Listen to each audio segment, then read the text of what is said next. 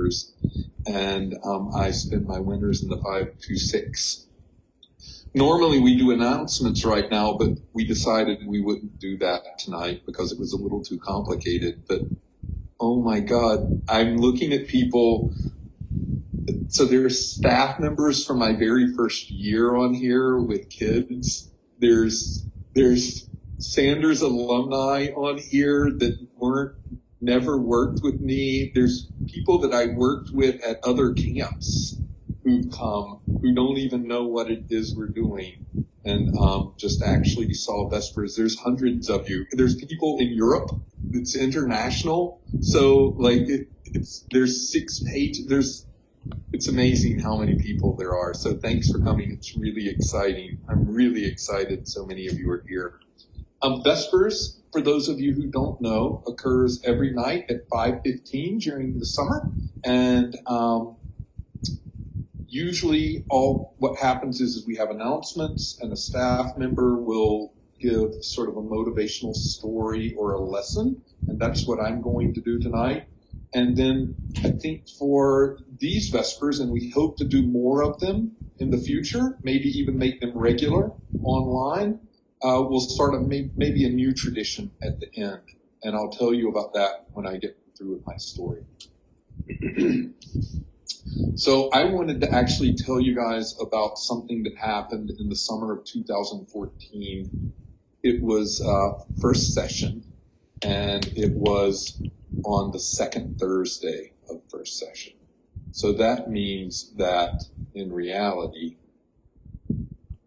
all that we were doing was we were sitting in the lodge watching a play, and the storm had been sort of brewing outside, and it got really, really bad while we were inside.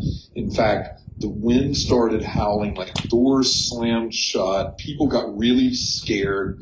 Water was like blowing up off of the water, and this giant like crashing sound came down, and people were really scared. And sometimes it's okay if you're really scared, because sometimes the world is pretty scary. So the staff did what they do, and they calmed everybody down and made certain that everybody was safe, and indeed they were. And at the end of it, there were all sorts of trees down. There was a tree on a cabin, and I looked back at it, interestingly, and I wasn't there. I had gone out of camp to get some things in town. And when I got back, I heard so many different stories. People couldn't even agree on what they saw. I remember somebody telling me they saw a water spout on the lake. And John McNair said, no, there was no water spout on the lake. And so sometimes we watch the same event and we have different stories, even though we were all there looking at it. So we sent everybody to bed that night, and we all made it through. And we woke up the next morning, and the next morning was July 4th, and it was a Friday, which meant that checkout was the next day. So people came up to flag, and we gathered around the flagpole, and we did the whole July 4th antics and took everybody into the dining hall. And I was a wreck because I knew that checkout was the next day. And John McNair was even worse because he knew that checkout was the next day, and camp looked horrific. There were limbs and trees everywhere. And we're like, oh my gosh, we can't have parents come in to camp with it looking like this. So what we did was I said, I'm going to give a speech, and we'll see if we can get all of the campers and staff to help us clean it up. So we cleaned up the dining hall, and I started giving announcements, and I started talking about what was going on outside and the fact that everything was down. And I remember, since it was July 4th, I started, like, for some reason, talking about George Washington. And I said, did George Washington leave Valley Forge just because it was cold and they were hungry? And all of the campers and staff stood up and they yelled, no! And I remember screaming, "Go do that voodoo that you do so well!" And everybody got up and they were going, "Ah!" And they ran out of the door chanting, "USA! USA! USA!" It was amazing. And they went outside and they cleaned up the whole camp within 2 hours. The youngest cabins grabbed small sticks. The oldest cabin grabbed the large logs. The CITs actually helped the maintenance guys throw everything onto the trucks. And they all took it all away together. It's interesting because as scared as everybody was the night before, people to this day tell me that that's one of their favorite camping memories, because we ended up looking back at it with fondness. It's kind of strange. So boys, if they're here, know that I like to do analogies to nature, and I have one for this. And the analogy is that when you look at a forest, like these trees behind me here, you're only actually seeing half of the trees. Think about that. When you look at your yard or a park that's nearby, or if you think about camp, when you look at the trees, you're only seeing half of them.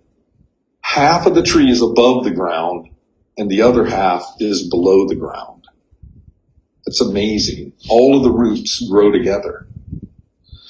So when we came up to Flag that morning and we were looking at the trees that were all torn down from the wind, what had happened is the trees that were standing by themselves had fallen. The trees that were out in the middle of the grass actually had a ton of damage and had fallen down to the ground. And the trees in the woods actually stood strong and actually didn't have that much damage. That's the reason we always talk about the importance of community. It's the reason you guys rely on your friends.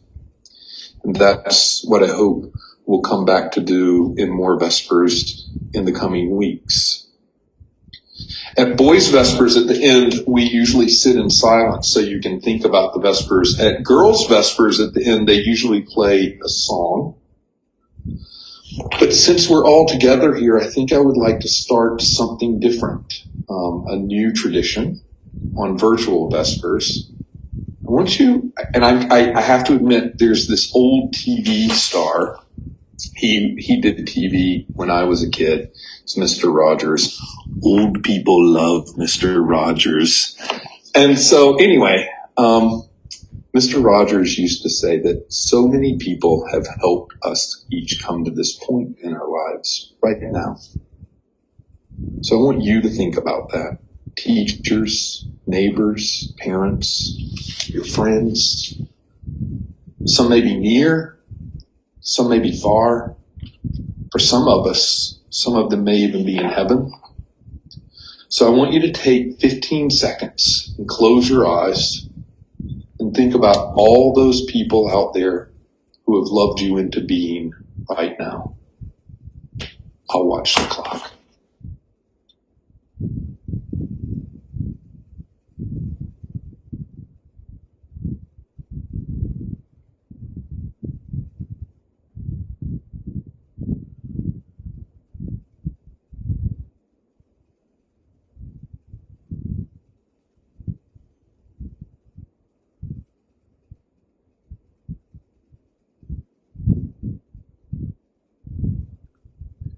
I want you to know that they must feel really special knowing that they made a difference in your life. And I hope that you guys know that you've made a difference in mine. We'll see you on the next Vespers next week. Thanks for coming. Bye.